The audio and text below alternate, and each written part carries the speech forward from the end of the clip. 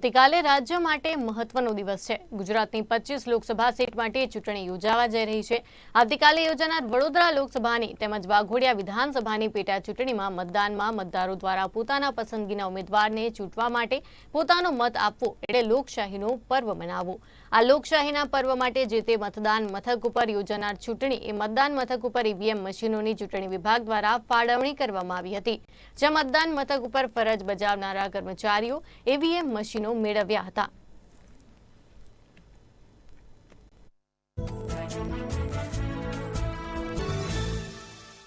બસ તંત્ર સંપૂર્ણપણે તૈયાર છે અને આપ જોઈ શકો છો એ રીતે રૂટ્સ અહીંથી રવાના થઈ રહ્યા છે। પોલ પાર્ટી એનું જે પણ ઈવીએમ અને અન્ય જે પોલિંગ મટીરિયલ હોય છે એ લઈને અત્યારે નીકળી રહ્યા છે। ક્રિટિકલ પોલિંગ સ્ટેશન બધું થઈને 1278 અમે વેબ કેમેરાની વેબકાસ્ટિંગની વ્યવસ્થા રાખેલી છે અને 864 ક્રિટિકલ પોલિંગ સ્ટેશન સમગ્ર જિલ્લામાં છે। કર્મચારી બધું થઈને 13,240 રિઝર્વ સ્ટાફ સહિત આમાં કામે લાગેલા છે અને બીજા 202 માઇક્રો ઓબ્ઝર્વર્સ છે। એમાં પેટર્ન ખાલી બદલાય છે કે વાઘોડિયા પૂરતું જ્યાં 2 મતદાન કરવા થાય, લોકસભા અને વિધાનસભા એટલે 2 મતકૂટી રાખવાની થાય એટલે મતદાનમાં થોડોક સમય વધારે જાય। તો એ રીતે ચૂંટણી પંચની જે ગાઈડલાઇન છે એ પ્રમાણે બીજા બધા જે બૂથ છે લોકસભાના ખાલી ત્યાં 1+3 એટલે કે 1 પ્રિસાઇડિંગ અને 3 પોલિંગ ઓફિસર રાખવામાં આવ્યા છે। એના બદલે વાઘોડિયા ખાતે 1 પ્રિસાઇડિંગ ઓફિસર અને 4 પોલિંગ ઓફિસર, જેથી કરીને મતદાનની પ્રક્રિયા ઝડપથી થઈ શકે।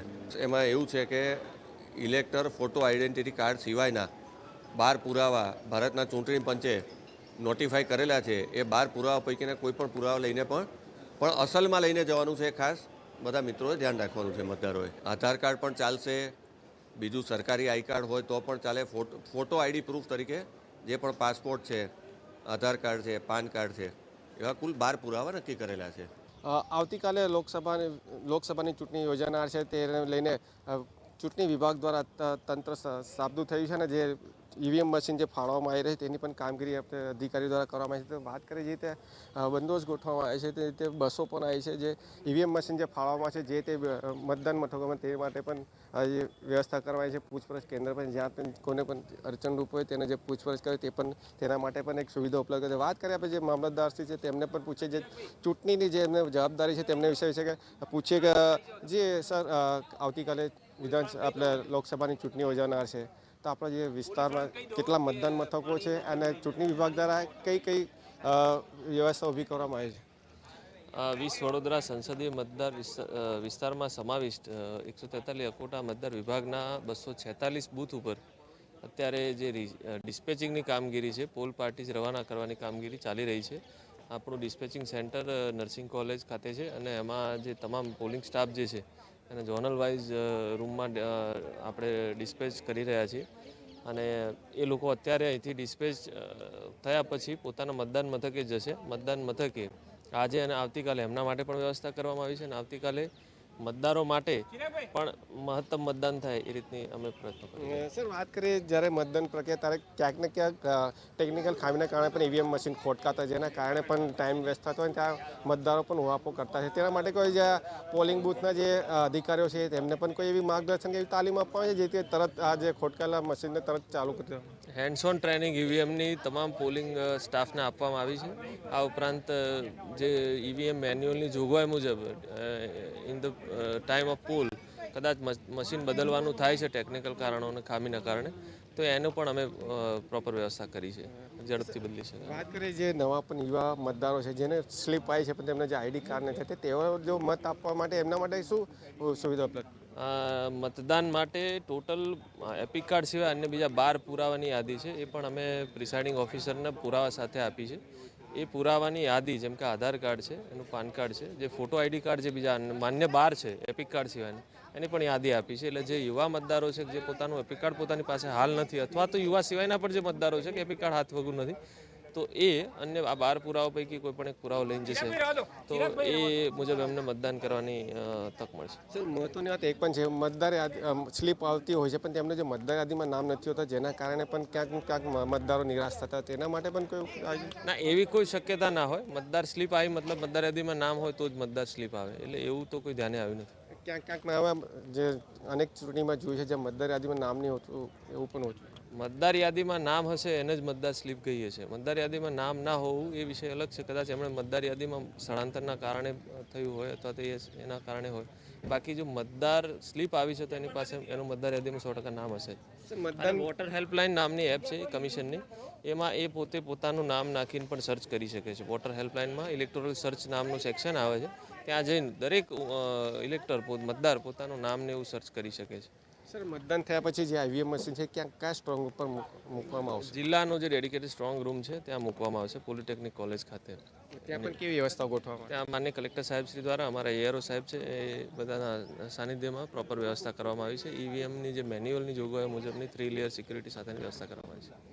આ હતા મામલતદાર દેસાઈ સાહેબ. તેમનું કહેવું છે કે જે આવતીકાલે ચૂંટણી યોજાના છે તેને લઈને પણ જે તે મતદાન મથકોને જે પણ અધિકારો ફાળવવામાં આવે છે તેમને પણ આ ઈવીએમ મશીન ફાળવવામાં આવ્યા છે. તે લોકો પોતે જે ઈવીએમ મશીન લઈને તેઓ પણ આજે મતદાન મથક પર જશે. ત્યાં જે આવતીકાલે જે મતદાન થનાર છે તે મતદાનની પ્રક્રિયાને લઈને તેઓ પણ સવારથી આ મતદાન પ્રક્રિયા થનાર ત્યાં જોઈ શકો. આપ એસટી બસોની પણ સુવિધા ઉપલબ્ધ કરવા, જ્યાં ત્યાં ઈવીએમ મશીન જે તે મતદાન મથકમાં પહોંચાડવા માટે પણ ઈવીએમ મશીનમાં બસની પણ સુવિધા કરવાય છે અને સાથે સાથે પોલીસ બંદોબસ્તમાં ગોઠવાય. આપ જોઈ શકો જે કર્મચારીઓ આવતીકાલે જે મતદાન પ્રક્રિયા દરમિયાન જે પોતાની ફરજ બજાવનાર છે તે અધિકારો પણ સરકારી કર્મચારીઓ પણ આજે જોઈ શકો છો. જે ઈવીએમ મશીન છે, જે સીલપેક છે, જેને એથી સીલપેક કરીને અપાય છે તે આ ઈવીએમ મશીન છે. તેની સાથે જે અધિકારી છે તેઓ પણ પૂરી ચકાસણી કરી રહ્યા છે કે કયા મતદાન મથકમાં જવું છે, ક્યાં શું કહે તે પૂરી જે શું કહેશો આપ? આવતીકાલે મતદાન પ્રક્રિયા શરૂ થાય, આપને પણ જવાબદારી સોંપવામાં આવી છે, ઈવીએમ મશીન પણ આપવામાં આવે, શું કહેવું? એટલે ઈવીએમ મશીન આપવામાં આવે છે. કાલે ચૂંટણી મતદાન થવાનું છે. કયા મતદાન મથકમાં આપણે ફરજ સોંપવામાં આવી છે? એ તો હવે અત્યારે ઓર્ડર આપશે એટલે ખબર પડશે કે એક્ઝેક્ટ કયા પર આવે છે. કેટલા વાગ્યાથી આપ આવ્યા છો? લગભગ 6:15 સવારે. તો શું કહેશો કાલે આવતીકાલે જે આપની નૈતિક ફરજ છે તો શું કહેશો? એ નૈતિક ફરજ જે પૂરેપૂરી બજાવવાની છે, જે ઇલેક્શન સ્ટાર્ટ થાય ત્યાંથી એન્ડ સુધીને. આ તો જે ચૂંટણી કર્મચારી તેમનું કહેવું છે કે જે રીતે નૈતિક પોતાની ફરજ બજાવશે, જ્યાં સુધી મતદાન પ્રક્રિયા શરૂ રહેશે, જ્યાં સુધી પૂર્ણ નહીં થાય ત્યાં સુધી તે લોકો પોતાની નૈતિક ફરજ બજાવશે. અને આવતીકાલે જે ચૂંટણી જે લોકશાહીનું જે પર્વ છે તેના પર્વ માટે પણ મતદારો કાલે મત આપશે અને જે તેના પોતાના પસંદગીના ઉમેદવારને પોતાનું મત આપીને ઈવીએમ મશીનમાં પોતાનું ભાવિ અંકન થશે તે જોવું પડશે. કેમેરામેન અલ્પેશ માવડ સાથે ચંદ્રકાંત મોરે, વડોદરા. તો વડોદરામાં કારેલીબાગ સરદાર વિનય સ્કૂલ ખાતે રાવપુરા વિધાનસભા મત વિસ્તાર માટે ઈવીએમ અને વીવીપેટ સહિતની સામગ્રીનું વિતરણ કરવામાં આવ્યું. વહેલી સવારથી જ તમામ કર્મચારીઓ ઈવીએમ અને વીવીપેટ સહિતની સામગ્રી લેવા માટે પહોંચ્યા હતા. સમગ્ર પ્રક્રિયા દરમિયાન કેટલાક કર્મચારીઓ દ્વારા આયોજનને લઈને અસંતોષ પણ વ્યક્ત કરવામાં આવ્યો.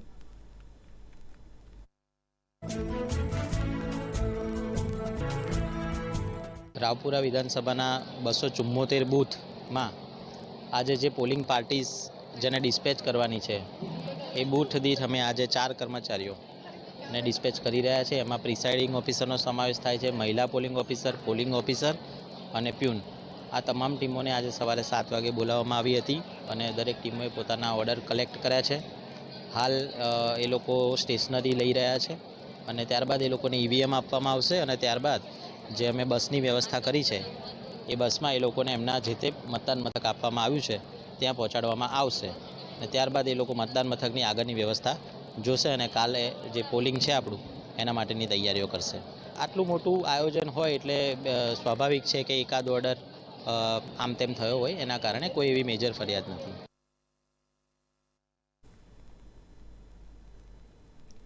સમાચારમાં આગળ વાત કરીએ તો મહેસાણામાં ગાડી શીખતી મહિલાએ અકસ્માત સર્જ્યો હતો.